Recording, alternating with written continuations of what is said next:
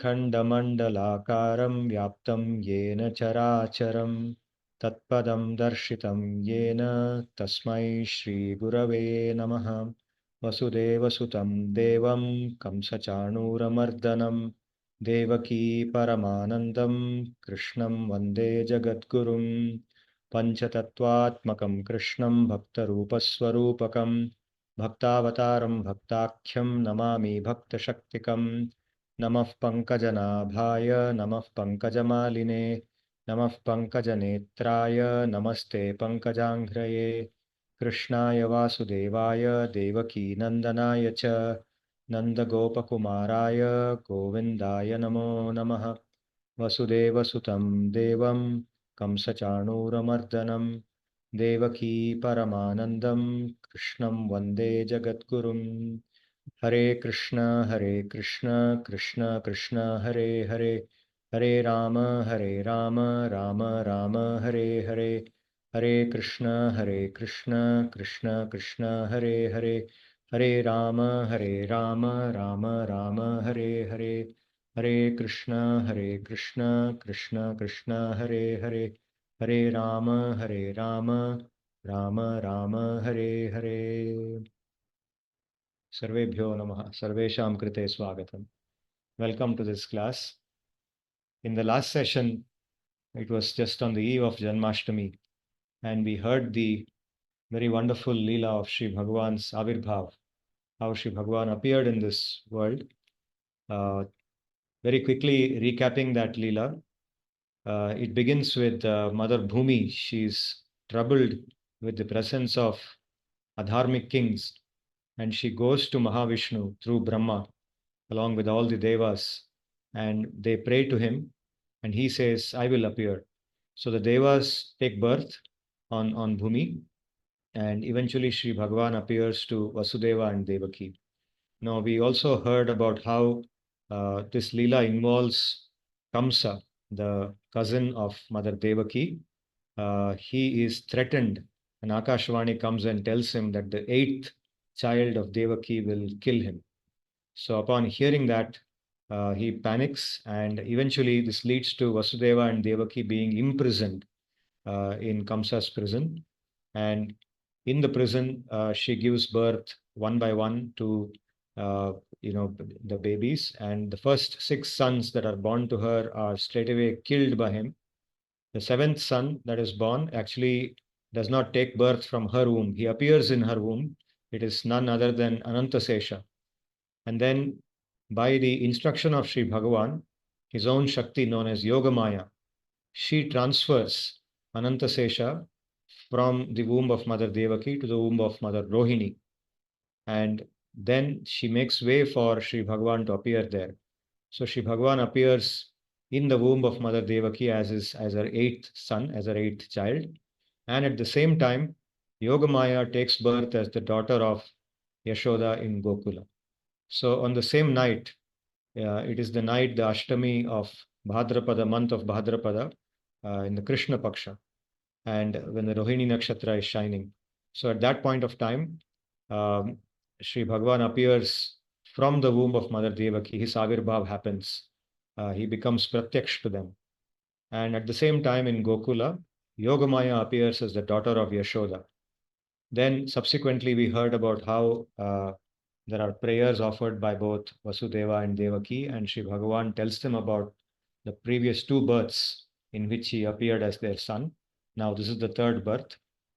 Then Sri Vasudeva, he takes the baby and he goes, and as he goes, the doors of the prison open up, everything makes way for him. Mother Yamuna makes way for him. He goes to Gokula, he places the child there, picks up the girl child born from Yashoda and comes back. And when he comes back and places the baby next to Devaki, at that time all the prison doors, everything close, and the scene is ready for Kamsa to come. Kamsa comes, he tries to kill the child like he did with the other children, but she escapes from his hand and she reveals her real form as Mother Durga. Durga, Yogamaya, Mahamaya, these are all her different forms. And she tells him, what a fool you are. The child which is supposed to kill you is not here. It's born elsewhere. So then she goes away. Subsequent to that, Kamsa releases Vasudeva Devaki from prison, and he consults his ministers, who are also very wicked people. So already Kamsa's intelligence is spoilt, but because of the advice of ministers who are very wicked, he is even further spoiled. And they decide to kill all the babies who are born in the recent times in the whole land of Vraja. So they go around killing, and Kamsa engages with him all kinds of asuras, rakshasas, people who have different types of magic powers, mystic powers. They are engaged to kill the children. So with this, until this point, we heard in the last session. Now, subsequent to this, what happens? The next morning, they wake up in Gokula, and there is what is called as Nandotsava, very elaborate decorations celebration in Gokula. So this is celebrated even today as Nandotsava. It's a day of happiness because a baby has been born to Nanda Maharaj. Now in Vraja, in Gokula, the bhakti, the nature of the bhakti is such that the residents of Gokul, Vrindavan, they don't know that Krishna is actually Sri Bhagavan himself. He does not reveal his Bhagavata to them. So he to them is just a child, just like any other child. So they are so happy with the birth of the child, and the entire town of Gokul is so happy that there is so much decoration. They bring gifts for Nanda Maharaj. There is so much dressing up. Everything is decorated. There is laughter and happiness everywhere. So in that festive environment, everybody goes to Nanda's house. And Mother Rohini is also present there. She's already given birth to Balram 1 year back. And she's now there. She's staying with Nanda Maharaj. And they're all having a good time.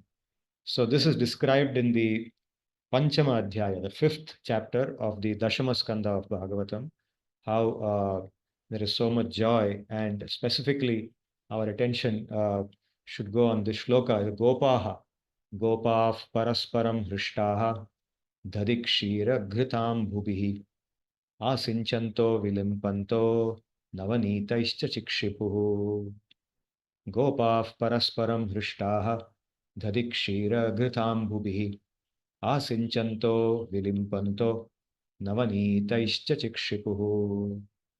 So this one verse describes the happiness that they were experiencing. They were so happy that parasparam hrishtaha, they were making each other happy, parasparam, mutually increasing each other's happiness. What were they doing? Dadhi means curd or shira, milk. Ghritam means ghee. Ambubihi, with the liquids of these things in liquid form. Asinchantaha, sprinkling upon each other. Vilimpantaha means smearing upon each other. They were smearing and sprinkling upon each other milk, curd, ghee, and navanitaishcha chikshipuhu means they were throwing lumps of butter upon each other. Okay, this is the happiness, the expression of happiness that they were experiencing, because it's the land where Go is protected. Go Seva is happening. So it's filled with thousands of cows and bulls. So everywhere there is abundance of milk and curd and ghee and butter. And so there is no scarcity of these things. They are rich with not only this, of course, with a lot of other wealth also. Now, this is available so abundantly in their times of happiness. They smear each other, they pour these things upon each other, and they enjoy. Okay, so this happiness, scene of happiness, is described in the Bhagavatam in this manner. Gopaha parasparam hrishtaha dhadikshira ghritam bhubihi asinchanto vilimpanto navanitaischa chikshipuhu. There is no scarcity at all. So in this way, the Nandotsava was celebrated in Vraja. After Nandotsava happened, it was then back to normal life. Then Nanda and his close associates, because Nanda is the king of that Gokula. He's the head of that village. Like say today we have panchayat heads. So he's the head of that village. So he goes every year to pay his taxes to Kamsa. Kamsa is ruling from Mathura. Mathura is like a capital of that region. So he goes to pay his annual taxes. And when he goes, Vasudeva comes to know that Nanda has come. Now, Vasudeva and Nanda are like cousins of each other. They have a common lineage. So there is a lot of intimacy between them. They are like brothers. So Vasudeva comes to know that Nanda is now here. So he goes to see him. And when they see each other, there's so much bonding between them. They embrace each other and they discuss very intimate things. And Vasudeva tells Nanda, he says that for a long time you didn't have any child and you were aspiring to have a child. And at last you have been blessed with a wonderful son. So he does not reveal, obviously, that son that Nanda is now celebrating and having in his house is none other than his own son. It is Sri Bhagavan himself. All these things he doesn't say. He just wants to make Nanda feel happy and remind him of his happiness that he has got a male child. So he says this, and Nanda very humbly acknowledges that. He doesn't know, of course, all the background. So he then speaks to he speaks to Vasudeva. He consoles him, and he speaks very consoling words. So it is said that Nanda's happiness is described again in this verse. It says, "Tata arabhya Nandasya vrajaha sarva samriddhiman." Tata arabhya Nandasya vrajas sarva samriddhiman. Hare nivasatma gunaihi Rama Kridam Abhun Nripa. So you see, it is not merely that one baby appeared there, but that baby, because it's Vishnu himself, from that day onwards in that Vraja, it became a place of all opulences to grow because Sri Bhagavan himself is there. And Harer Nivasatma Gunaihi Rama. Rama refers to Lakshmi. Rama is another name for Mother Lakshmi. Who is Lakshmi? Lakshmi ji is the wife of Bhagavan, right? So now her husband has appeared there. Naturally, she wants to be there. So because she is there, that place became Harer Nivasatma Gunaihi Rama Kridam Abhutnipa. That place became the playing ground of Mother Lakshmi. Mother Lakshmi began to reside in the house of Nanda Maharaj. So all this, you see, as Vasudeva is describing about the good fortune that Nanda is having, we should keep this in the background, that it is not merely just like a child has been born in any house, but it is Sri Bhagavan himself. Even though Nanda does not know it, it is Sri Bhagavan himself. And Mother Lakshmi coming there also symbolizes that their opulence and their wealth increased manyfold because of the presence of Bhagavan there and his Lakshmi there. So Nanda and the Gopas, as this meeting happens, Nanda consoles Vasudeva. He says that Nunam hyadrishta nishtoyam adrishta paramo janaha adrishtam atmanas tattvam yo veda nasamuhyati. Because Vasudeva has gone through one by one his children being killed, right?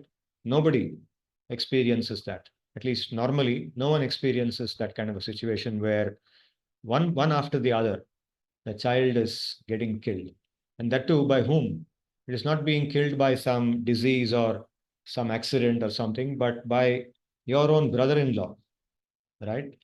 And to Devaki, it is her own brother, her cousin brother, elder brother, who is supposed to protect her. He comes and kills the child.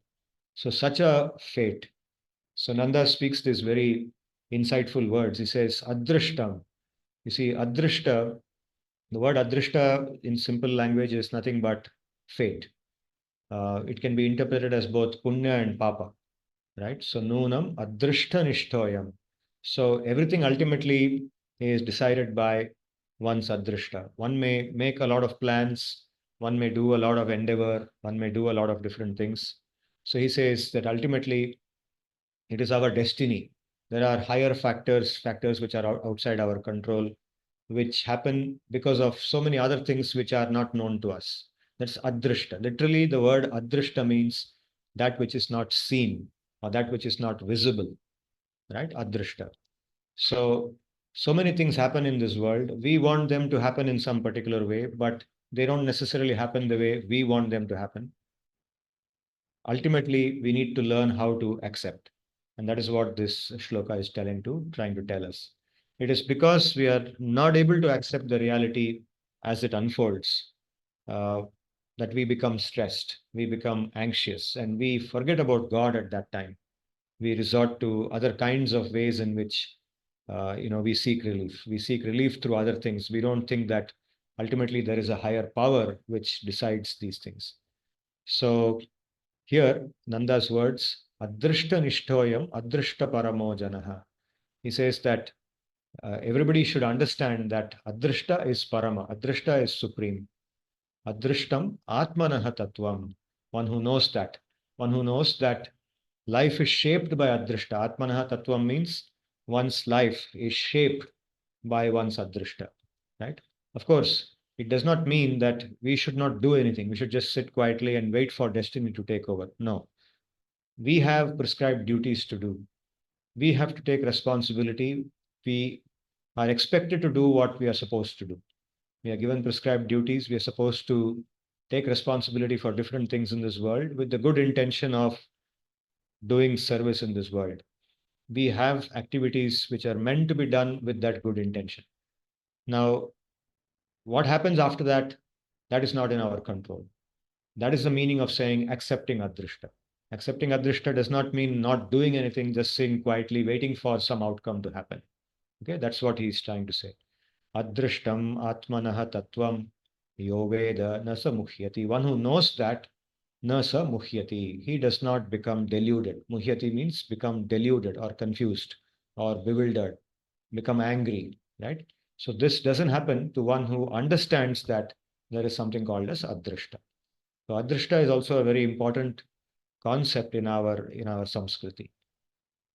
So with this exchange between Nanda and Vasudeva, eventually Nanda returns back to Gokula, and just before he comes, Vasudeva tells him that you already have spent enough time here in Mathura, but I must tell you that it is not very safe times because Kamsa is systematically killing all the babies, and hence anything can happen in Gokula too. Okay, again here too, he does not tell Nanda that the baby that he is having with him is the key target of Kamsa. That he doesn't say, but Vasudeva knows that. So he doesn't want to talk about it. So he just hints to him that please go back soon because there might be some danger in Vraja. So he goes back. Nanda returns back to Gokula. So this is the 5th chapter of the Dashama skandha of Bhagavatam, and the Bhagavatam narrates the Leela of Sri Bhagavan one after the other, and we will also listen to one more Leela today. But for a moment, I want to reflect upon Sri Bhagavan's nature. You see, this existence in which we live, this is called samsara. Samsara, the translation for samsara in English is material existence, right? So why do we experience samsara, sorry. So primarily, you see, there is a force called as Prakriti. We are Purusha, and this nature, material nature in which we are living now, in which we experience now, is called Prakriti. So all reality can be understood in terms of Purusha and Prakriti. These are two very important words in the Bhagavad-Gita, Purusha and Prakriti. Purusha refers to the conscious beings. Sri Bhagavan is the foremost among the conscious beings, wherever there is consciousness. And all the jivatmas. Sri Bhagavan and all the jivatmas together are called the Purushas, the Purusha Shakti. Prakriti is Bhagavan's Shakti, is Bhagavan's energy, which is the basis for this material world. From Prakriti, this material world that we see and experience is nothing but the transformation of Prakriti. Prakriti transforms itself through multiple iterations in different stages. And everything we see around us is the transformation of that Prakriti or material energy. Right? So Sri Bhagavan in the 13th chapter, he gives us an overview of how Purusha and Prakriti work together. I will read out 5 shlokas from Bhagavad Gita from the 13th chapter. Now, earlier we had completed up to shloka number 18 in the 13th chapter. So we will continue from shloka 19 onwards now. I will explain very briefly. I will read the shlokas and explain briefly what they mean, and then I will summarize all the 5 of them.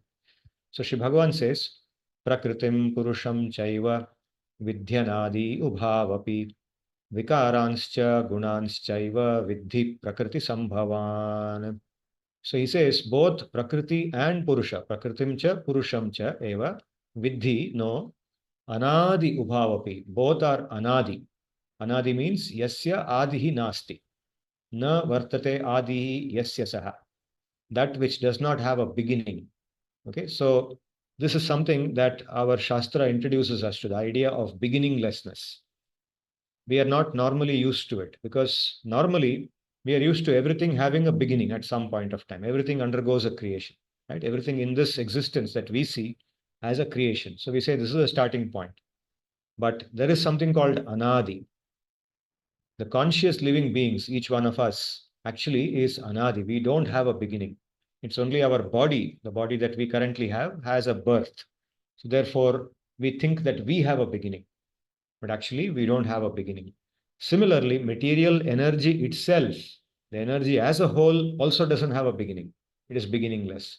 It's only its various transformations, the different forms it takes, they have beginning and an end. But the energy itself, which is the source of those transformations, has no beginning. It's anadi. Okay, so Shri Bhagavan says, Prakritim Purusham Chaiva Vidhi Anadi Ubhavapi Vikaranscha Gunanschaiva Vidhi Prakriti Sambhavan. Vikaran means those different transformations that Prakriti undergoes, Vikaraha. Gunanscha, the different aspects of Prakriti, like the three gunas, Sattva, Rajas, Tamas.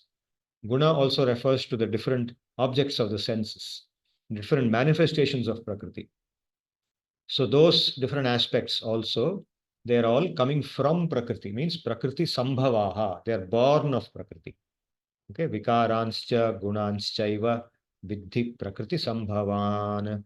So Shri Bhagavan says, know that Prakriti and Purusha are both beginningless, Anadi, and that the various transformations and states experienced by the Purusha, the Jivatma, are born out of Prakriti. Then he says, Karya Karana Kartritve Hetu Prakriti Ruchyate Purushaha Sukha Dukkhanam Bhoktritve Hetu Ruchyate. So now he's talking about the Jivatma as the Purusha. You see, the word Purusha can refer to the Jivatma, the living being like us, and Sri Bhagavan, who is the Paramatma. Now, in this shloka, he's talking about the Jivatma. He says, Karya Karana Kartritve Hetuhu Prakriti Ruchyate. So, for all the different cause and effect, Karya Karana means, Karya means effect, Karana means cause. Karya Karana, you can say in English, cause and effect. So this entire material world can be understood in terms of nothing but a set of causes and effects. Everything can be broken down into causes and effects, a sequence of causes and effects. So Karya Karana Kartritve Hetuhu Prakriti Ruchyate. So this Mula Prakriti, this material energy or Shakti of Bhagavan, is the cause, is the root cause of all these Karya Karana, these causes and effects that we see in this material existence. Then Purusha Sukha Dukkhanam Bhoktritve Hetu Ruchyate. So the experiencer of Sukha and Dukkha, who is that? That is not Prakriti. Happiness and misery are experienced by whom? By the Jivatma. And so who is the cause of them? He says the Purusha, the Jivatma himself is the cause of them. Purushaha Sukha Dukkhanam Bhoktritve Hetu Ruchyate. Because of the various types of activities that the Jivatma does. You see, we do different types of things based on our desires. We pursue different activities which give us pleasure. Of course, we don't want pain. Nobody wants pain. We pursue pleasure. And when we pursue pleasure, sometimes we do the correct thing, we get punya. We do wrong things, we do adharma, we get papa. So this punya and papa that we commit are the cause of the sukha and dukkha that we experience in this world. You see, the punya that we do today is the cause of future sukha for us, happiness for us. The papa that we do today is the cause of future misery for us. So, Purushaha Sukha Dukkhanam Bhoktritve Hetuhu. The Purusha, the Jivatma, is the cause of the various types of experiences of happiness and misery, right? Not Prakriti. In the matter of bringing about the material transformation from the cause, the senses, to the effect, the body. Okay, this is an example of cause and effect. Prakriti is said to be the reason, the Hetu. while in the matter of experiencing the states of happiness and distress, the Purusha is considered to be the reason. Then Sri Bhagavan says, Purushaha prakritisto hi bhunkte prakritijan gunan karanam gunasangosya sadasadyoni janmasu. So, because of his contact with the gunas, the three gunas, the Purusha, Karanam Gunasangaha. Gunasangaha means attachment to the gunas. As living beings are attached to the three gunas of Prakriti, Sattva, Rajas, and Tamas. And that is the cause for taking birth in Sad and Asat Yoni. Sad Yoni means the species of living beings like the Devas. Okay, they are called, referred to here as Sad Yoni. Asadyoni, like the lower living beings like, animals, insects, or lower life forms. Okay, sometimes the Jivatma takes birth in the higher forms, like the forms of the Devas. Sometimes the same Jivatma takes birth in lower forms, like the forms of animals, plants, insects, right, where there is more suffering. So, Purushaha Prakritistohi, situated in Prakriti, Bhunkte Prakriti Jan Gunan. He experiences the different gunas of Prakriti, Sattva, Rajas, Tamas, and their various manifestations. And this is the Karanam. Karanam Gunasangaha. Because of his attachment to the gunas, he takes birth in various types of species of living beings. Well situated in Prakriti, the Purusha experiences various states, gunas, such as happiness and distress that are born of Prakriti. The Purusha's contact with the different states of Prakriti through various bodies, such as those of divine beings, the Devas like Sadyoni, and the animals, Asadyoni, is the cause for this. Upadrashtanumanta cha bharta bhokta maheshwaraha paramatmeti chapyuktaha dehesmin purushah paraha. So now he says that there is another Purusha in the same body, dehe asmin purushah paraha. There is another Purusha, and that is called Paramatma. Okay, so one Purusha is the Jivatma, but in the same body, there is also another Purusha called the Paramatma residing. The Paramatma is present in all bodies. Earlier, he had said in the same 13th chapter, if you recollect, when we talked about Kshetra and Kshetrajna. Kshetrajna means one who knows the Kshetra. Kshetra refers to this material body and all its various associated aspects. So he said, Kshetrajnam chapi mam vidhi sarva kshetreshu bharata. I live as the Kshetrajna in all the bodies. Now again, he's saying the Purusha is also me. Not only is the Jivatma the Purusha, but I'm also the Purusha in all the bodies. He says, and how does he live in the body? He does not live like the way the Jivatma lives. Instead, he is Upadrashta Anumantacha. Upadrashta means he is a close witness. He witnesses everything. The Jivatma does different types of activities. We engage in papa, punya, or bhakti, whatever activities we do, Sri Bhagavan is a silent witness. He just sits there and watches what happens. Upadrashta. That's the meaning of Upadrashta. He's sitting in close proximity and witnessing the whole thing. Anumanta. Anumanta means one who gives anumati, who allows, who permits the Jivatma to do what they want in accordance with their karma. Okay, Upadrashta Anumanta cha Bharta. Bharta means one who sustains, who bears. He is the bearer, he is the sustainer. Okay, it's because of him that we are able to continue to exist in whatever existence we have. Bhokta. The word bhokta literally means experiencer, but here it also means a protector, palakaha, one who protects. Bharta, bhokta, maheshwaraha. He is the Mahan Ishwaraha. He is the great Ishvara. So this great Ishvara is sitting in each body. He is called Paramatma. Paramatma iti cha api uktaha. Paramatmeti cha api uktaha. He is also known as the Paramatma. Dehesmin Purushav Paraha. He is the Paraha Purushaha. Means he is not like the Jivatma. He is superior to the Jivatma. He is Paraha Purushaha. Dehesmin, in the same body. There is another Purusha in this body who is the Supreme Being, the Maheshwara, the witnesser in close proximity, Upadrashta, the sanctioner, Anumanta, the sustainer, Bharta, and the protector, Bhokta. He is also known as the Paramatma. Ya evam vetti purusham prakritim cha gunais saha sarvatha vartamanopi nasa bhuyopi jayate. Ya evam vetti purusham prakritim cha gunais saha sarvatha vartamanopi nasa bhuyopi jayate. So one who understands this, Purusham and Prakritim, one who understands the Purusha and the Prakriti in this manner. In this manner means, as explained in the last four shlokas. Gunaihi saha, along with the gunas, the different aspects of Prakriti, along with all the aspects of Prakriti like we just discussed now, like the three gunas of Prakriti, the various transformations of Prakriti, the cause and effects that happen in Prakriti. One who understands all this clearly, Sarvatha Vartamanopi, despite existing in different kinds of activities. Sarvatha means in all different ways, despite engaging in different types of activities, despite being in different states of life. Na sabhuyo bhijayate, does not take birth again.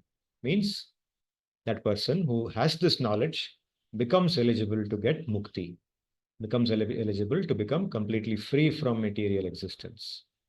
Okay, so this shloka essentially is saying that the knowledge about Purusha and Prakriti are very important.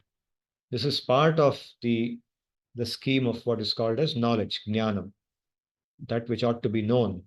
So this 13th chapter is all about that. It's about, like we said earlier, the Gita as a whole has broadly three sections: Karma Yoga, Bhakti Yoga, and Jnana Yoga. The first six chapters of Bhagavad Gita are primarily devoted to Karma Yoga. The middle six chapters primarily to Bhakti Yoga, and the last six chapters predominantly to Jnana Yoga. So now 13th chapter is the first of the last six chapters. And so here the focus is dominantly on Jnana Yoga. And so the elements of Jnana Yoga involve, Jnana Yoga primarily involves contemplating on the reality as explained in the Shastra, the nature of Bhagavan, the nature of material nature, Prakriti, material Prakriti, the nature of the living being, the jivatma, contemplating on this and identifying oneself as different from Prakriti, identifying oneself as that conscious Brahman, as a conscious living being, right? That is the path of Jnana Yoga. So, in the process of presenting the knowledge of Jnana Yoga, these shlokas are spoken, where a systematic analysis and definitions of different terms is given to us. Okay, so we will conclude with this shloka. One who understands Purusha and Prakriti along with all its states, gunas, in this way does not take birth again in material existence, despite being in all conditions. So you can see here, Sri Bhagavan in this manner gives an overview, and it is the same Sri Bhagavan who appears as that beautiful child to Nanda and Yashoda, to Vasudeva and Devaki, and gives them so much happiness.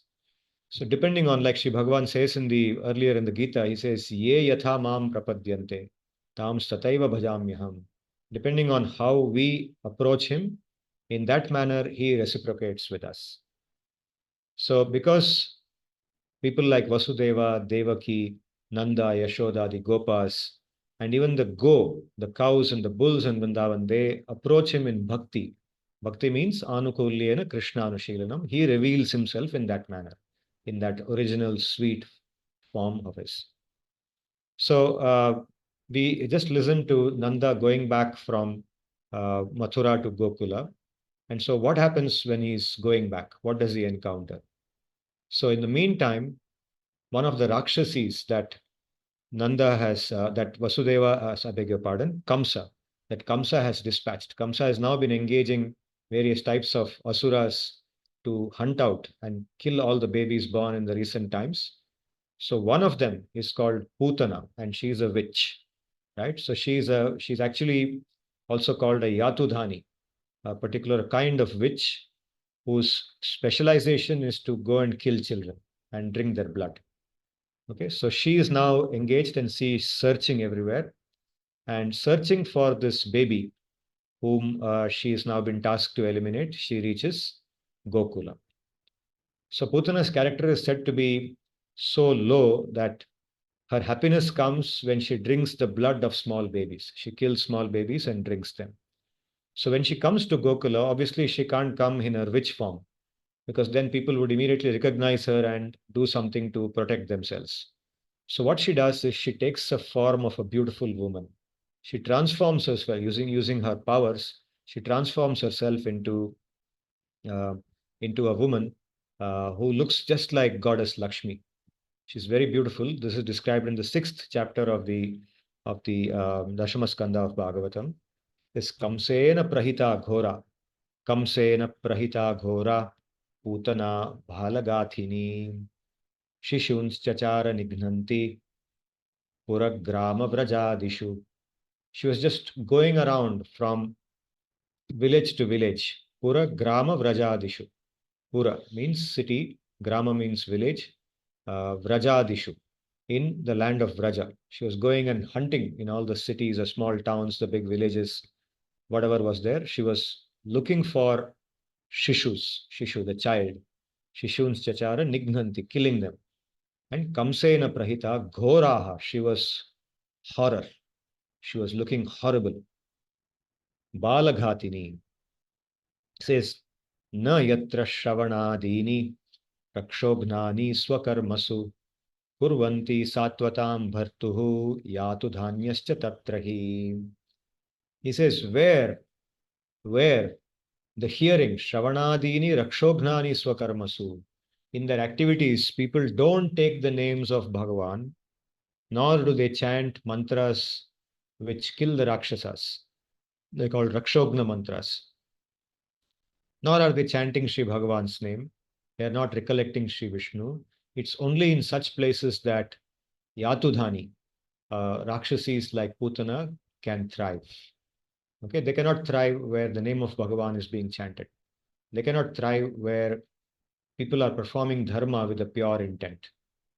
So somehow these people, they find a place where there is some adharma, and then they try to get into that place. So somehow this Putana managed to get into Gokula, and to get into Gokula, she assumed a form of a beautiful woman. And looking at her, people were amazed. He said, what a lovely woman. It looks like Lakshmi ji herself has come to Vraja because she wants to see our child, our newly born child. So she goes inside, and as she is walking and people are just watching her, she reaches the house of Nanda Maharaj, and there Mother Yashoda and Rohini are present. And she enters the house and they look at her, and then they don't do anything because she's so good looking. She's holding a lotus flower in her hand, and they have no suspicion. They don't suspect that something is wrong. They just think that it's another woman who has come to see our child and give affection to our child.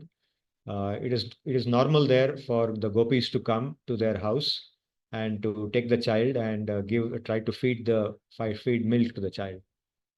So she goes there, and then she goes to the place where baby Krishna is kept, and she picks up the child, and she keeps the child on her lap, and that is described here. What happened when she did that? When Shri Bhagavan was seeing her, he was lying there as a baby and his eyes were open.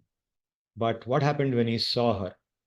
Vibhudyatam balaka marika graham chara charatma sanimilite kshanaha anantamaropayat ankamantakam yathoragam suptama buddhi rajjudihi.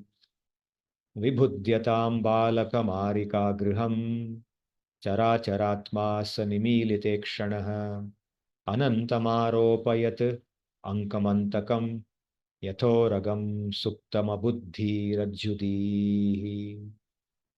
So when Sri Bhagavan saw her, he immediately realized Vibudhya tam balaka marika graham, that she was actually not the beautiful woman that she looks like, but actually she is a witch whose job is only to kill babies. The moment he saw her, he realized that.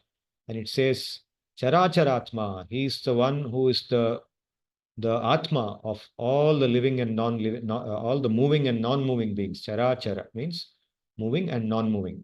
Characharatma saha nimilite kshanaha. Instantly he closed his eyes. Instantly. The moment he saw her, everybody else was looking at her with wide open eyes, looking at her beauty and her grace. But the moment he saw her, his beauty meant nothing to him, because he could immediately see that she was nothing other than a witch whose job is to kill babies. So instantly he closed his eyes. Nimilite kshanaha. And what did she do? She did not know why the baby closed its eyes. Instead, anantamaropayat ankamantakam. So she took Ananta. Shri Bhagavan is Ananta, he is infinite. So she took that infinite living being, Aropayat, means she took and placed on her lap, Ankam Antakam. That Ananta is actually an Anta for her. It's Ananta means he is infinite. He has no end. No end either in time or space. But for her, he is an Antaka. Antaka means the one who is going to bring about the end of somebody. Antaka. So she took her death and placed it on her lap. She had no idea she was doing that. Just like Yatho Ragam, Uraga. Uraga means a snake. Yatha Uragam, Suptam, a sleeping snake. Abuddhi Rajjudihi, a person who does not have the knowledge that this is a sleeping snake. Instead, he thinks it's a rope. A person who thinks that this is a rope, but actually it is a sleeping snake, and takes it and maybe he ties some part of his body with it. Okay, or takes that thing thinking it's a rope and maybe puts it into his pocket or body or something. So in that same manner, just like a person without the knowledge that this rope is actually not a rope, but it's actually a snake, she took that baby thinking it's a baby, but actually it was death personified for her and kept it on her lap. That's what happened. Vibhudhyatam balakamarika graham characharatma sa nimilite kshanah anantamaropayat ankamantakam yathoragam suptama buddhirajjudihi. And then she opened her dress and she thrust her nipples into the baby's mouth to feed it milk. Now, what had she done? Tasmin stanam durjara viryamulbanam ghorankamadaya shishor dadhavata gadham karabhyan bhagavan prapidyatat pranais samam rosha samanvito pibat. So her breasts, her nipples, what had she done? Durjara viryam ulbanam. Durjaram means something very difficult to digest. Viryam, Visham, poison. Viryam here refers to Visham, poison. A poison that was very difficult to digest. Ulbanam means very powerful, mightily powerful, a very powerful poison, not some mild poison. Very powerful, extremely difficult to digest poison. Durjara Viryam Ulbanam, Ghorankamadaya means it is a horrifying poison. Even by the smell of that poison, somebody may get killed. That kind of a poison. Ghorankamadaya. She had smeared that poison on her nipples, and Sishoho Dadav. She gave it to that child. She gave such nipples into the mouth of the child. And what did the child do? Gadham Karabhyam Bhagavan Prapidyatat. So Shri Bhagavan, with his two legs and his hands, Gadam Karabhyam Prapidya means he squeezed with his legs and hands her breasts, and then Tat Pranaihi Samam, along with her pranas, along with her prana. Okay, not only the milk, he's supposed to drink the milk, and she wants him to drink the milk along with the poison. But what did he drink? Tat Pranaihi Samam Rosha Samanvitaha Bhavat. Roshaha means anger, with great amount of anger, because he knows that she has killed a number of babies before coming here, and she has now come to kill him. So just like it is said, Ye yatha mam prapadyante tams tathaiva bhajamyaham. Okay, she has come to give him milk, and he says, okay, now you want me to drink? Okay, here it is. With all the anger that he has, with great anger, he sucked out not only the milk from her breast, but her prana also. Prana means that vital energy which is flowing in our body, the pancha pranas, the pancha upapranas. All the pranas also he sucked out of her body. Okay, Gadham Karabhyam. Gadham means something very powerful. With his powerful hands and his legs also were involved. With his two tiny legs, he was holding her breasts. Prapidya, tat pranam, prapidya, squeezing them. Tat pranaihi samam rosha samanvito apipati. He drank from her breast with great anger, not only the milk, but also the prana from her body. Sa muncha munchalamiti prabhashini nishpidyamana khila jiva marmani vivritya netre charanau bhujau muhuhu prasvinna gatra kshipati rurodaha. At that time, what did Putana do? How did she respond to it? Sa, she, muncha muncha alam iti. Muncha muncha means leave me, chhod do mujhe, alam, enough, enough. Prabhashini means speaking out, crying out. Nishpidyamana, akhila jiva marmani. Her entire being, her entire body, akhila jiva marmani, all the soft spots in her body were cracking up. They all cracked up. They were in extreme pain because he was sucking her prana out. Vivritya netre, her eyes opened up wide. Charanao, her hands opened up. Her legs, sorry. Charanao means legs. Bhujao means hands. Her eyes, legs, hands all began to flay. Muhu, repeatedly flaying them. Prasvinna gatra means her voice. Her hands are, shaking. Her hands are moving. Shipati, rurodaha. She was crying. She was crying out loud. Shipati.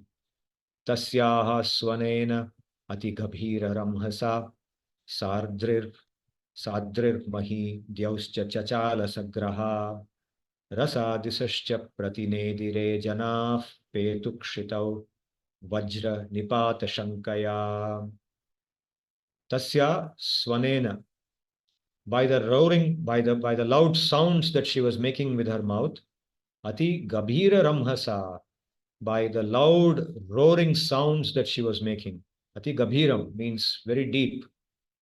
Sadrir mahi, along with the mountains, the earth, Dyav, the sky, Chachala Sagraha began to shake along with the constellations, with the Graha. Graha means the constellation, the different nakshatras, the planets, the constellations. Along with them, the sky, the earth, the mountains, they all began to shake. Rasa means the Rasatalam, the lower planetary systems. Dishascha, the different directions. Pratinedire, they began to echo. They began to shake and echo with the sound of her roaring. And hearing that, Janaha Petuhu Kshipau, Vajra Nipata Shankaya, thinking that a huge lightning is hitting the ground, people fell to the ground. Janaha Kshitau Petuhu. Kshitau means, Kshitihi means the earth. They fell on the earth. Just like we see that if there is suddenly a bomb attack or if some terrorists come and start shooting, then people instinctively will lie down on the ground so that they won't get hit by it. Just like that, when there is the sound of a massive thunder and a lightning strike about to happen, we know that a lightning is going to strike.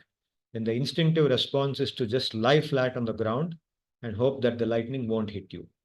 So that's what people did. People thought that some kind of a huge lightning is going to hit now, and they all lay down on the ground. Nishacharitam vyatitastana vyasuhu vyadaya keshanscharanau bhujavapi prasarya goshthe nijarupamastita vajrahato vritra iva patanrupa. So this Nishachari, she's called a Nishachari. Nishacharaha means those who wander at the night. The Rakshasas, the witches, the such kind of beings are called Nishacharaha because in the night time they wander, they become strong at night. Nishachari ittam vyatitasthana vyasuhu. Vyasuhu means one who has lost his life or her life. An entity which has lost its life is called a vyasuhu. So she is now vyasuhu. She has lost her life because her prana has been sucked away by Bhagavan. So she got up from there and she ran outside. And her hands and legs were flaying here and there. Keshan's charanau bhujavapi, they were scattered. Prasarya goshte, spreading, they were all scattered. And she spread herself. Goshte means in the outside the house where the cattle are allowed to roam, the place where the cattle roam, the milking happens. but there is an empty space for that. So she went there and she fell flat on the ground. Nija Rupa Mastita, she took her original form. So she had now taken a Maya Rupam. Just before coming here, she had adopted a Maya Rupam because she wanted to appear harmless and she wanted to appear attractive so that they will allow her to go inside. And now all that power was gone. So her Nija Rupam Astita, she became situated in her original form, her Rakshasi form. And Vajrahataha Vritraha iva, just like there is a story of Vritrasura, one of the major stories in the Bhagavatam is a story of Vritrasura, which comes in the Sashta Skandha. And in that Vritrasura story, Vritrasura is a demon which is created. It's actually a king, a bhakta, who's reborn as an asura because of some curse that he gets. And this Vritrasura, he fights with Indra. And after a long battle with Indra, Indra with his thunderbolt, which is Vajrayudham, he kills Vritrasura. And Vritrasura falls. He falls flat to the ground. Okay, it's described how he fell and how his fall created such a big, so much disturbance. So Putana fell in a manner, it says, Vajrahataha Vritraha iva apatat. Just like Vritrasura hit by the Vajra of Indra. In the same manner, she fell in the land called as Vraja. In the land of Vraja, she fell, and when she fell, it is said that several kroshas were disturbed. The fall had an impact, just like it says when a meteor falls, a big crater is created. So when she fell, several kroshas, means several miles around, the trees and the land was disturbed. The air was disturbed. So she fell like that. So when she fell like that, the people of Raja were shocked at what happened. Took them some time to digest what happened, but in the meantime, the mothers, Yashoda, Rohini, whose primary concern was the baby, right? They wondered what happened to the baby, and they saw that the baby was playing very innocently on the breast of this Rakshasi. The Rakshasi was fallen there, her breasts were now open and exposed, and this baby was playing there as if nothing had happened. And so they hurriedly went to that baby and they picked up that baby and they embraced the baby close to them and they said, "Oh, thank God, this baby is safe. Nothing has happened. Rakshasi came to kill him, but God has saved him. Nothing has happened to him. This Rakshasi has got killed." And they took him and then they chanted various types of mantras. Om Keshavaya Namaha, Madhavaya Namaha, Narayanaya Namaha, Govindaya Namaha, Vasudevaya Namaha. In this manner, they chanted the names of Vishnu and they ensured that the baby Krishna is safe.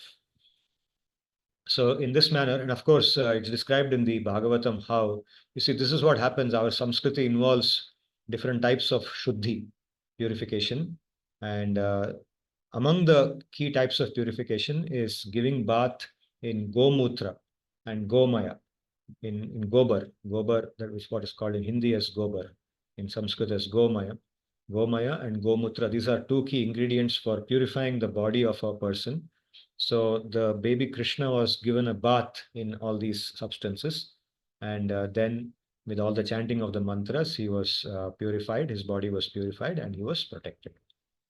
So as this happened, Nanda and others, they were coming back on the way and they could smell a fragrance coming there. So what had happened here was that after the body of this demon fell, this demoness fell, and the people in Raja realized that Rakshasi had come and she is now dead. And her body was so huge that they could not take the body as it is. So they cut the body into pieces.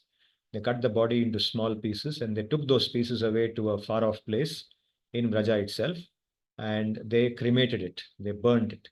They put logs of firewood and they burned it.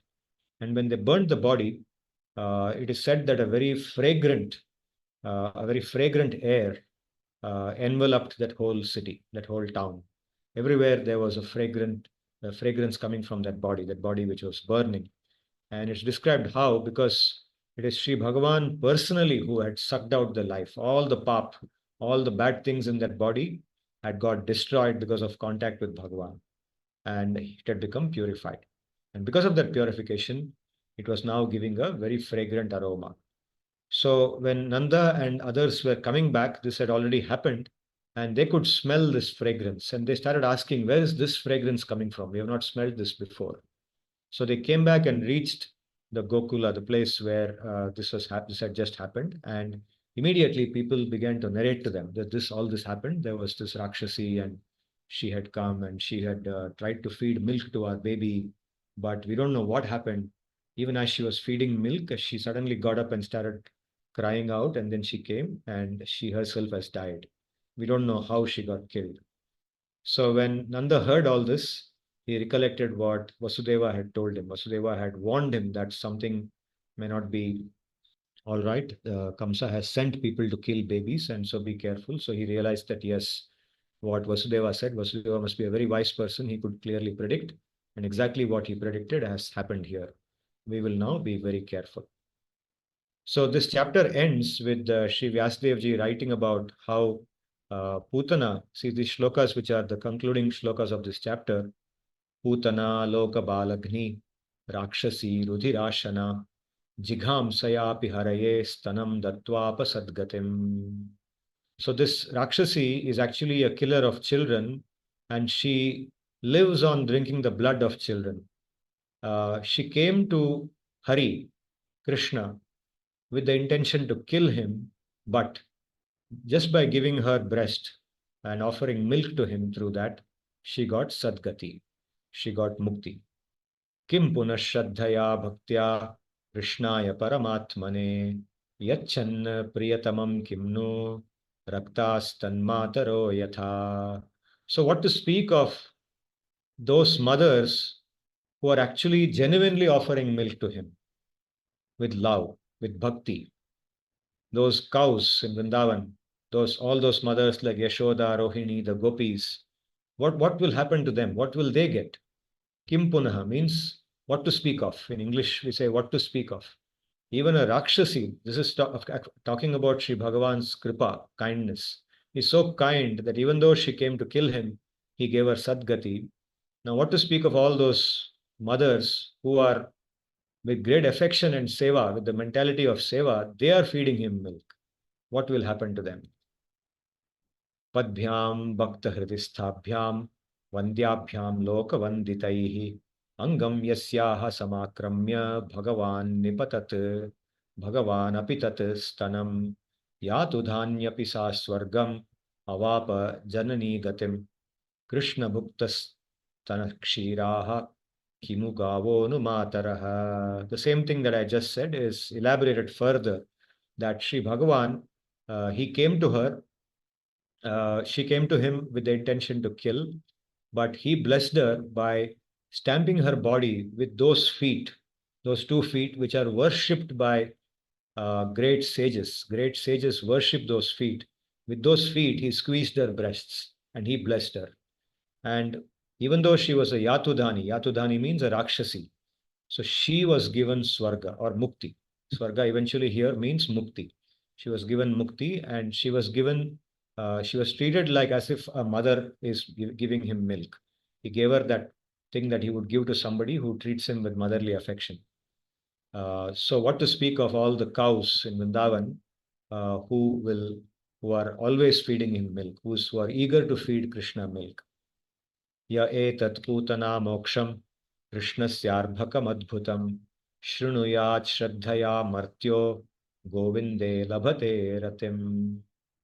So one who listens to this story of Putana Moksha, this is also called the story of Putana Moksha, and it's a wonderful story. Krishnasya arbhakam adbhutam, of that child, of that wonderful child known as Krishna. Shrunuyat shraddhaya, one who hears this with shraddha, Govinde labhate ratim, will develop a deep attachment to Govinda, to Krishna. Will develop a deep attachment to Govinda. So this is how we develop attachment to Bhagavan, by listening to his wonderful leelas. So today we listen to this wonderful leela of Putana Moksha. And as we go forward, we will listen to more and more leela from the Dashma Skandha of Bhagavatam. So I will stop with this today. And if you have any questions to ask, we can take some questions and comments too.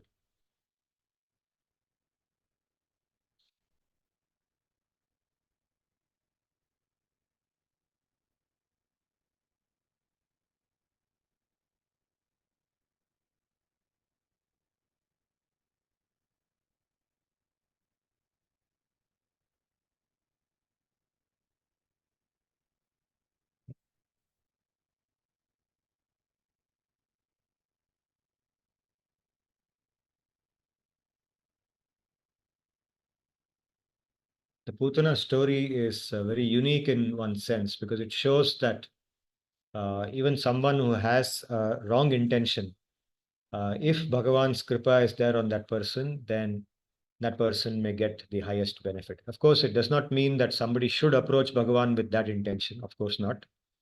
But if someone, even with that intention, Bhagavad Kripa is far superior. Puneet, you have a question? Yes, sir. Sir, today we have learned that the concept of the Purusharth and the Prakriti. Yeah. If I'm not wrong, it is very much inclined to the concept of Advait. So I'm little confused that how this concept of the Murti Puja is different, or is there any instance in Shrimad Bhagavad or Bhagavad Gita about that Murti Puja is Advait, or how can we relate this concept Murti Puja into Advait or Dvait? Both Advaitis and Dvaitis do Murti Puja with their own respective understanding. The correct Okay. understanding of Murti Puja is that the Murti of Bhagavan is a form of Bhagavan himself. Just like Sri Bhagavan comes in his form as Krishna, like we are discussing now in the Bhagavatam, he also comes in the form of his Murti. There is clear instruction in the Shastra, there are guidelines in the Shastra of how to do Pratishtha of a Murti. So when we follow the Shastra Vidhi and do proper Pratishtha, then Sri Bhagavan appears in that Murti and he accepts Seva. He interacts with the Bhakta and accepts the Bhakta's Seva. There are so many Leelas that Bhagavan performs in the form of his Murti. It's not about Advaita or Dvaita. Both Advaitis and Dvaitis both accept the Vigraha of Bhagavan. Of course, depending on in some schools, in some Advaitic schools, they talk about that Murti as a form of Maya, and they say that it's only temporary, that it is just imaginary, just to help us to fix our mind. We can't fix our mind otherwise. And therefore, to fix our mind, we have to imagine, and this Murti is helping us to imagine. That understanding is not correct.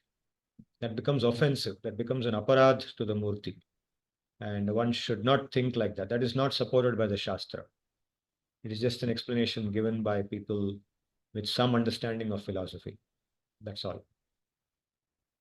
So, sir, where we can put this today's concept, the Purusharth and the Prakriti concept, in Advait or Dvaiti? It is a part of the Bhagavad Gita. Different people interpret in different manners. Okay. Okay. Purusha and Prakriti are very fundamental concepts in Vedanta. Okay. So, like the way we described today, Purusha refers to the conscious being. And there are two types of conscious being, the Paramatma and the Jivatma. Prakriti refers to the material energy, or also called as Apara Prakriti. Apara means inferior. Para Prakriti is superior Prakriti. So Para Prakriti is the Jivatma, is also called Purusha. Apara Prakriti is what we are calling as Prakriti and what we discussed today, material nature. So both Advaitis and Dvaitis have their own interpretation of Purusha and Prakriti. Thank you, sir. Ruchi is asking, can you explain the second verse of Prakriti and Purusha about the three sattvas? Okay, I'll just go back.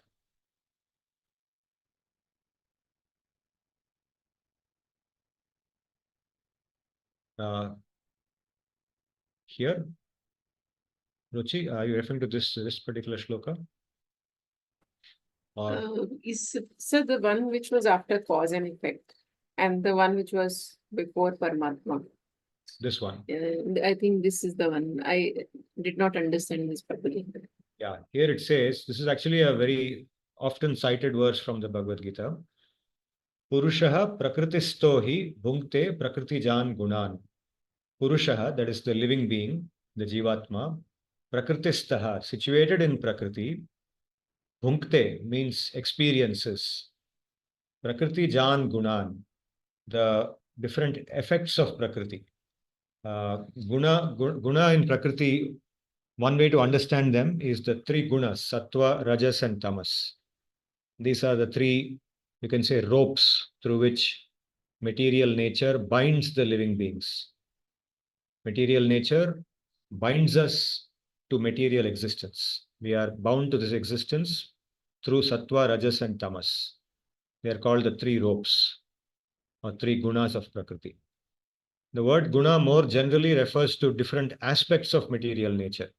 These three gunas of Prakriti are considered as the three mechanisms, three ropes, three mechanisms through which Prakriti acts on us. Karanam guna sangha asya. The reason why we take birth in different types of bodies is said to be guna sangha. Guna sangha means the association or attachment to the gunas, to these three gunas.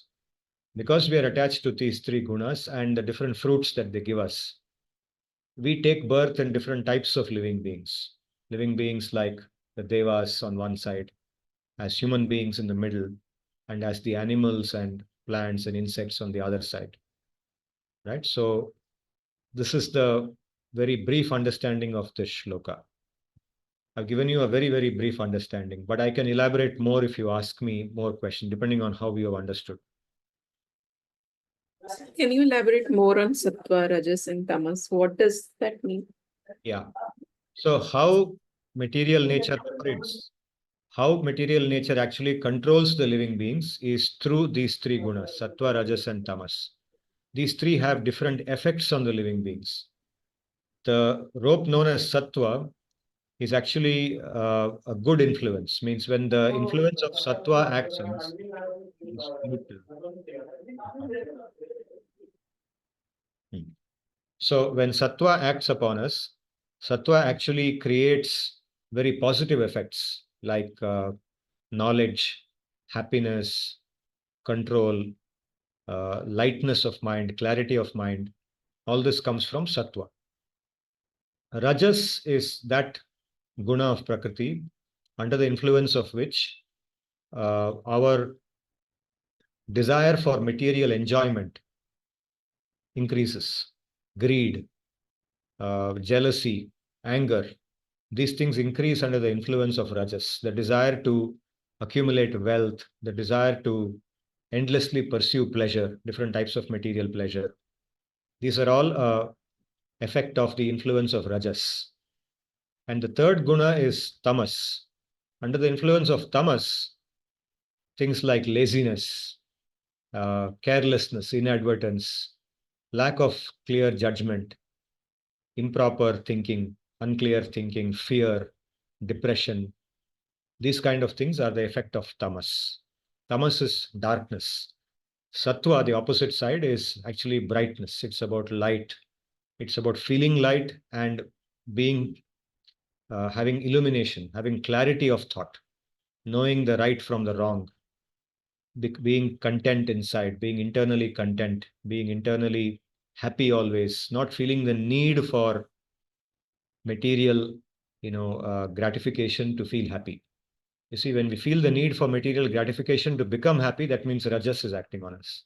But if we experience happiness inside, even without all that, that means sattva is acting on us. We feel strong. Sattva also means strength. We feel strong. So now I've given you a little bit more. If you ask me more specific questions, I will elaborate because there's no end to how much we can talk about this. This is a very elaborate topic.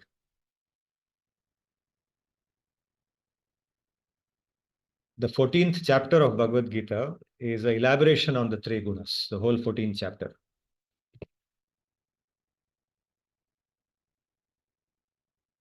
Which you will be anyways covering, right? Yes, I'll be covering in chapter shloka by shloka. So there, whatever I said just now is treated in much greater elaboration. It's very interesting. So once we read that and we adopt this terminology, sattva, rajas, tamas into our life, then all the things that happen to us in our own life and what we see around us in the lives of other people, we'll be able to interpret using this terminology. This terminology gives us the language to talk about different situations in a meaningful manner.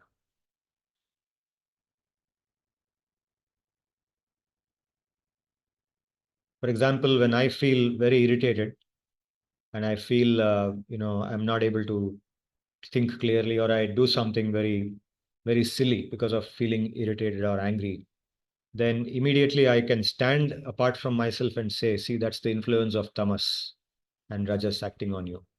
Your sattva has gone. I tell myself and I calm my mind down. That has given me a language now to analyze what is going wrong with me when it goes wrong. Similarly, when I feel calm, let's say after doing japa in the morning, feeling very calm and peaceful at heart, say, yes, this is how it should be. Okay, this is what increases sattva. Doing good meditation, sitting in a clean place early in the morning, Brahma Muhurta, increases sattva, makes one feel happy, and makes God a reality. You can see that God actually is not just an imaginary or a mythological thing, but actually a reality. Okay, that's sattva. That's the influence of sattva. When sattva is more, we are able to see that. When sattva becomes less and tamas becomes more, then God looks like some imaginary, something in the book or something, this blind belief people.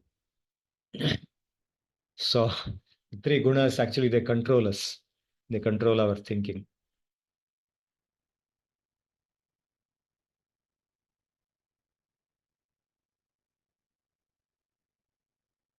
Sir, Pranam sir, I had a Yeah. question.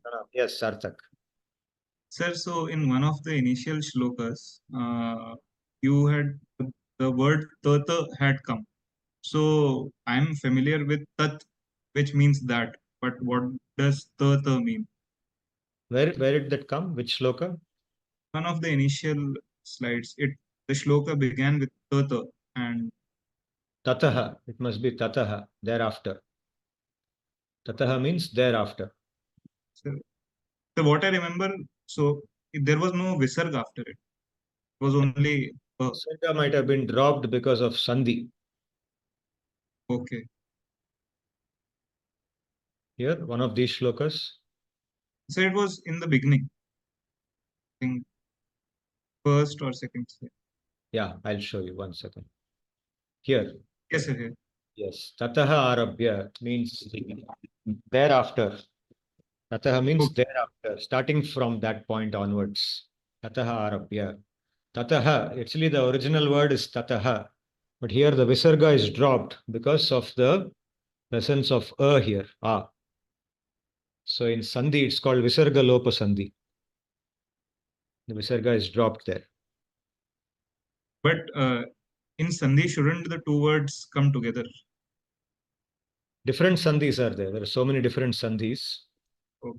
So in all sandhis, the words don't come together. So one sandhi is called visarga lopa sandhi, in which the visarga gets dropped. Like here, like in this case. Thank you, sir. So please read more about Google on this, visarga lopa sandhi. You'll see Sure. many examples. Sir, I had an observation based on the previous class. Should I share it here right now? Yeah, sure. Sure. Sir, so last time we had a discussion on the death of, Kalanemi. So Kans comes as Kalanemi, and we were talking about that why he did not get moksha. But Right. I then was thinking on on different lines about the same thing. So in the previous class, we discussed that Kans was reminded of his previous birth Yeah. as Kalanemi. Yeah. And then he suddenly became afraid of how Vishnu had killed him. But this instance, if he had thought upon and reflected on it, so this memory itself that he was slain by Sri Vishnu in his previous life Yeah. tells that only the body was killed. He was not killed. He was still alive. Yes. So Gita also tells that there was never a time that you were never there. You are Yes. eternal. Yes. So that is one. Also, that if he has that memory of his previous birth, it means that the mana is the one which uh, also gets transferred from the previous life to the next life, Yeah. because memory is a function of the mana. So sukshma sharira is traveling from the previous birth to the next birth. So Yes. again, this is also a testament that the mind travels, and he himself is beyond that manomaya kosh that we discussed. So he is the kshetrajna, the witness of all these mental modifications Yeah. in the mind and the body. So Yes. had he taken some examination of his past memory, it might also help him to be more enlightened. Yeah. But I think because of maybe say Rajas, he did not do it, and Yes. what happened happened. Exactly. Rajas, his desires actually, his desire to enjoy, to become the master, the Lord, and reject Vishnu. For him, Vishnu is also an ordinary being like him. He is not an ordinary being in his opinion. Correct. Yes, sir. So his Rajas comes in the way of him seeing Vishnu as what he is, as Sri Bhagavan. He's not able to see that. Yes, sir. Correct. Correct. So the understanding is correct. What I said. Yeah. Yes. Yes. Thank you, sir.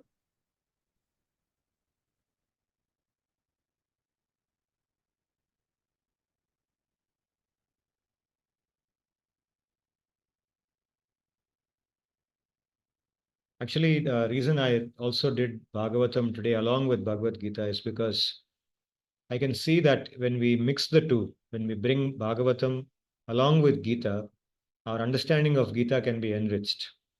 Both reading them both together gives a richer understanding than reading only the Gita by itself. Although the Gita itself is complete, but the narrative of Bhagavatam somehow enriches it.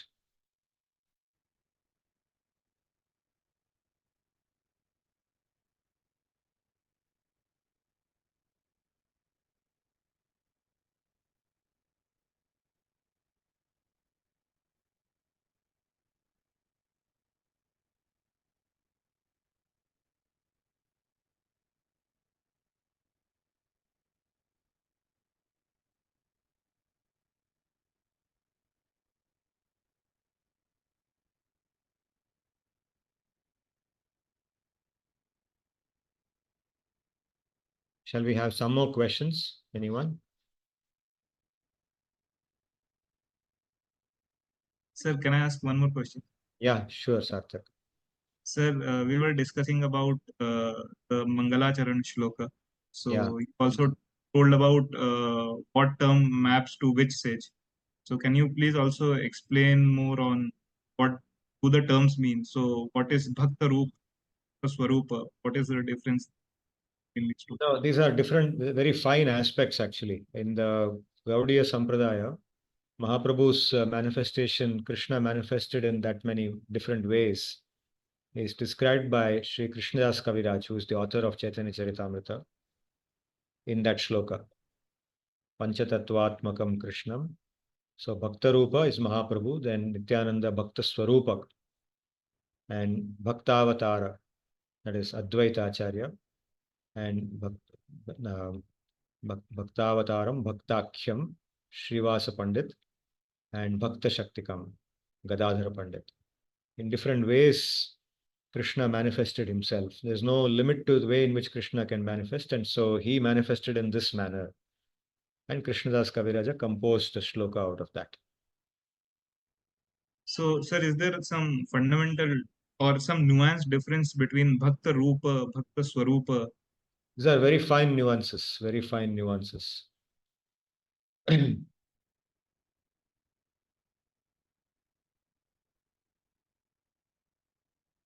So one more question. If we have to read Bhagavad Gita and Bhagavatam ourselves in English, which books will you recommend? Somebody may have already asked this, but I just wanted to know for my understanding. Yeah, there are actually numerous translations. Many of them are good. I would recommend reading the Hindi translation of Gita Press.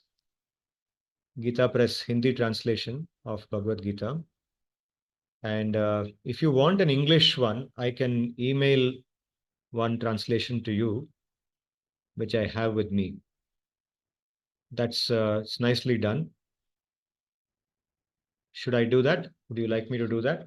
Yes, sir. Yes, sir. English one, sir. Hindi is difficult. Okay, sure. I will email the English one to you. So the Gita Press one is which Vedanta school does it follow? Or are there multiple? I don't know if that is done by a particular Vedanta school. The Gita, you see, if you just look at the Sanskrit and translate to English, it's not necessary that you must be influenced by a particular school of thought just to do the basic translation. Later on, to understand the finer meanings, you may bring in some particular siddhanta, like Advaitavad or Achintya Bheda Bhed or something like that. But just to do the basic translation, you may not need to worry about that. What anybody would have done, you can get a fairly the same meaning will come. Except that certain words they might have used differently, that's all. But the larger picture of Gita will be the same. Sir, for example, in today's lokas, you said that Purushaha Paraha. That means there is another Purusha which is Supreme Purusha.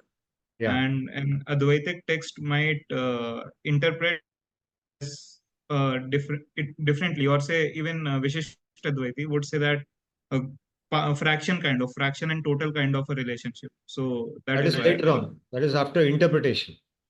But if you translate it, you will translate it more or less like the way I have translated it. Okay.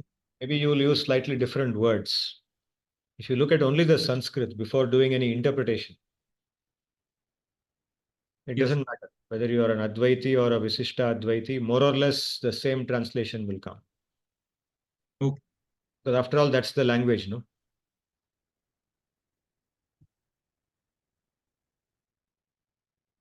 It doesn't matter. Initially, when you read, just read like that. Then philosophically, the fine differences between Advaita, Visishta Advaita, Advaita, Achintya Bheda Bheda, these differences can be understood later.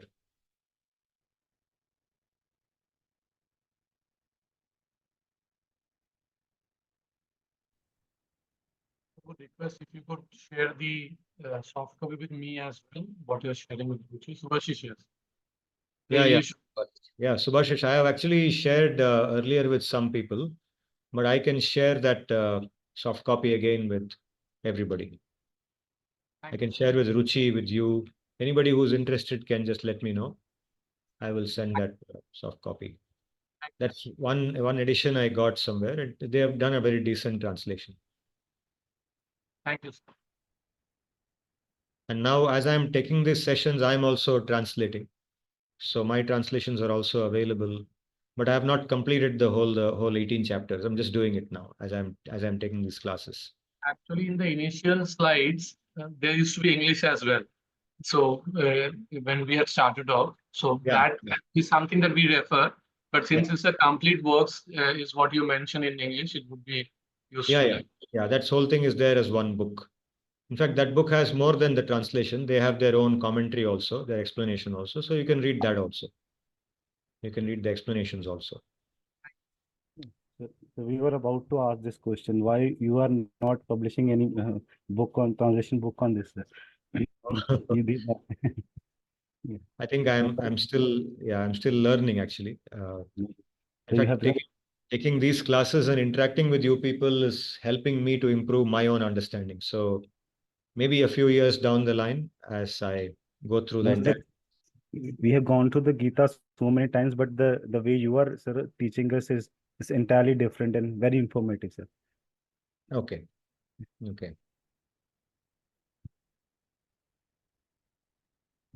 Yes, sir. I would also like to add it here. Sanjana, yes. The sublime of teaching the Mahaprabhu by sir. I don't know whether Puneet you have it. That's a very useful book. So I don't know, sir, whether others are aware of that book. There's that book which sir has already written. Which is in English and very, very simply put the overall things. Maybe that is something, if there's a soft copy, some others may want to look at it. I'm not sure, sir, or hard copy, I'm not sure. Sure, I can share that too. Thank you, sir. That's Mahaprabhu's Shikshashtakam. It's not Gita, but it tells about the basic understanding of bhakti. What exactly is bhakti and what is Uttama bhakti, pure bhakti. Is it in Sanskrit, sir?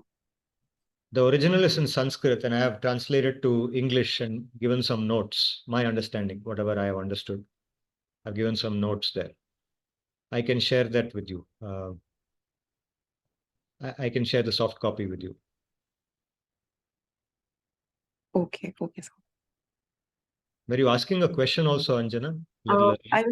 I was just adding to Puneet sir's statement when he said that this we have not experienced listening to Gita and understanding Gita like this. So I just wanted to say the same thing. So in my family also we have been reading Gita since childhood, but never understood the meaning way we are experiencing in this class from the shloka one at a time and the stories as well. So yes, it's a great value add. I have a small doubt regarding the japa, sir. Yes. So when we do japa in the morning, so I just wanted to ask that is it only one mantra that we should uh, recite in one sitting, or like if there is another mantra that one has made a ritual to recite that, so can Yes. we do that in one sitting? Yeah. So whatever the Guru has given us, depending on what our Guru has given us, that mantra is chanted repeatedly. That is called japa. So it is the Okay. same mantra. There's only one mantra that we chant again and again and again. Yes. So in one of the classes you had mentioned Maha Mantra. Yes. So I'm just asking if, like, along with Maha Mantra, can we also jap, let's say, for example, Hanuman Chalisa or any other Gayatri mantra? So is it like a good practice to join like two mantras in one sitting, or should we have a gap? Nothing wrong with that. Nothing wrong. It's all depending on our shraddha.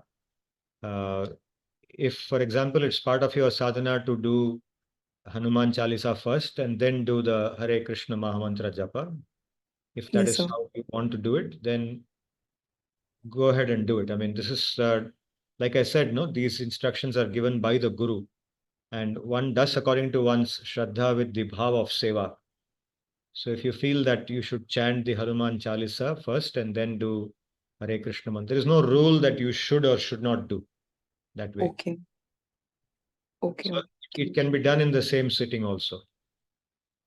But I don't think what you mean is to mix the two mantras, right? You will first chant Okay. Hanuman Chalisa, finish it, and then you will chant Hare Krishna Mantra. That's what you meant. That's what I meant. Yes. Yeah, yeah. Okay. Okay, To sir. me, that Thank you. doesn't sound anything wrong in that. Okay. Okay, sir. Thank you, sir. Yeah.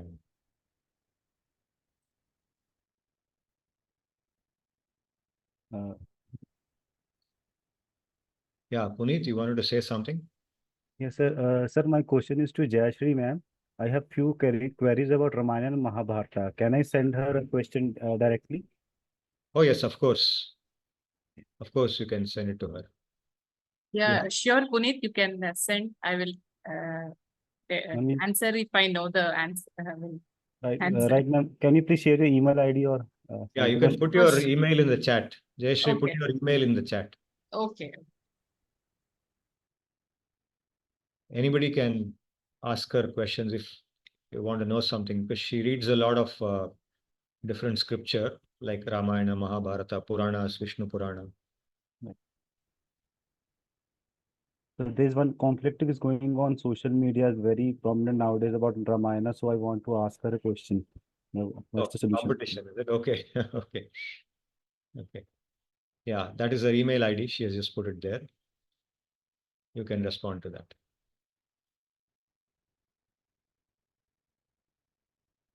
Okay. I will now chant the Antya Mangalam and we will close.